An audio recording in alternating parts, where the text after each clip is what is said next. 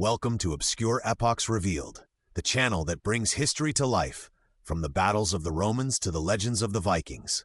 Here we dive into myths, cultures, and forgotten stories, concise, thrilling, and full of facts.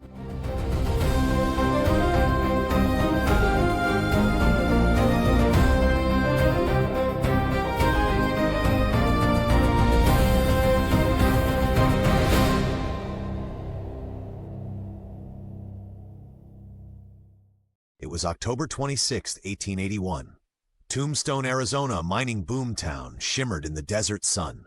Wooden sidewalks rattled under the boots of prospectors, gamblers, drifters, and outlaws. The smell of horses, gunpowder, and dust hung in the air. Silver had made Tombstone rich, but wealth brought tension. Saloon doors swung with promises of fortune, and behind every poker table, grudges simmered. Lawmen were scarce, and justice often depended on who could draw fastest. The Earps, Virgil, Morgan, and Wyatt, were more than brothers. They were symbols of order. Virgil, the town marshal, carried the weight of Tombstone's law on his shoulders. Wyatt, charismatic and calculating, balanced diplomacy with deadly skill. Morgan, steadfast and loyal, enforced the law with sharp judgment. Opposite them stood the Cowboys, Ike and Billy Clanton, Tom and Frank McLaury, and their allies. Ranchers, cattle rustlers, and sometimes simple troublemakers, they lived by their own code.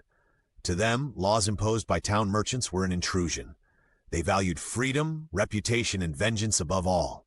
Tensions had been simmering for months. Threats, confrontations in saloons, and cattle thefts had set the stage. When Virgil decided to enforce Tombstone's ordinance prohibiting firearms within city limits, confrontation became inevitable. Two sides, each believing themselves righteous, were marching toward a collision.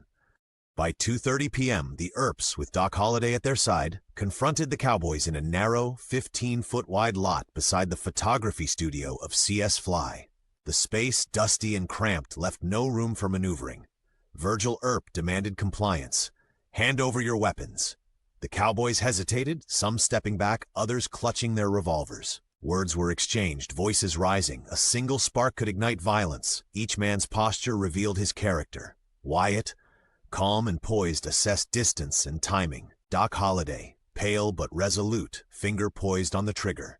Virgil and Morgan, disciplined yet tense, mirrored the weight of law on their shoulders. Meanwhile, the townspeople gathered in windows and along the wooden sidewalks. Some whispered encouragement, others cursed the lawmen. Every second stretched, the sun beating down on the tense crowd. The air smelled of dust, sweat, and fear. No one knew who would fire first, but the inevitable was upon them. History would remember every heartbeat, every gesture, every glance in that narrow lot. Then it began. The first shot cracked. 30 bullets would be fired in just 30 seconds. Billy Clanton was hit, staggering, as he tried to aim his revolver.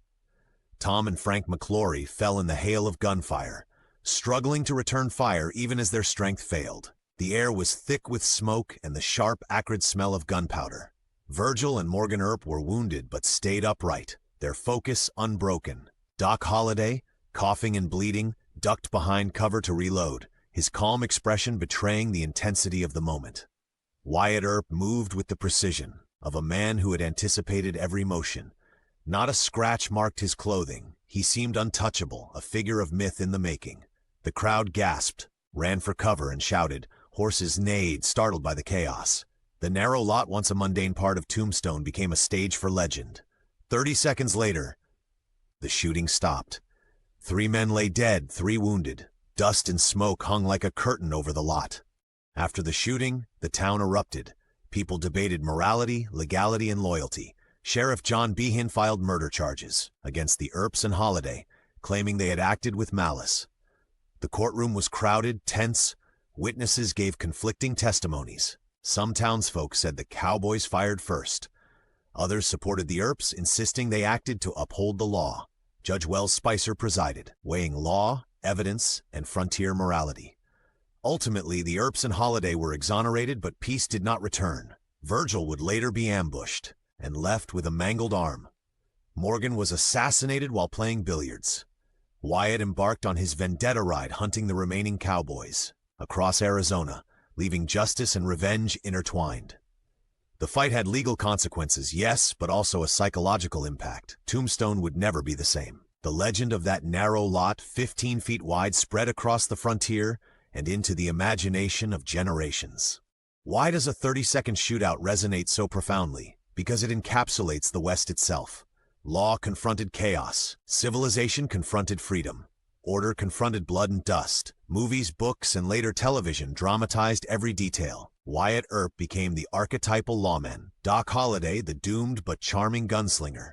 Tombstone, the eternal symbol of frontier tension. Yet behind the myth lies the raw reality. Fear, courage, calculation, and split-second decisions determined life or death. The OK Corral shootout was not a spectacle. It was survival, morality, and human nature distilled into half a minute. Today, Allen Street in Tombstone is calm. Wooden sidewalks and signage hint at the past. Tourists pose with rifles and cowboy hats, unaware of the fear, skill, and chaos that once reigned. The gunfight at the OK Corral reminds us that the line between law and violence is thin, often blurred. 30 seconds of gunfire shaped the legend of the American West, proving that bravery, skill, and timing can echo across centuries. It was a fight about honor, survival, and identity. A fight whose story would be told and retold, becoming larger than life, larger than the men who stood there. Dust suns rest, but the legend remains. If you enjoyed this journey, leave a like, subscribe to Obscure Epochs Revealed, and tell me in the comments, was Wyatt Earp a hero of justice, or a man whose myth became stronger than truth?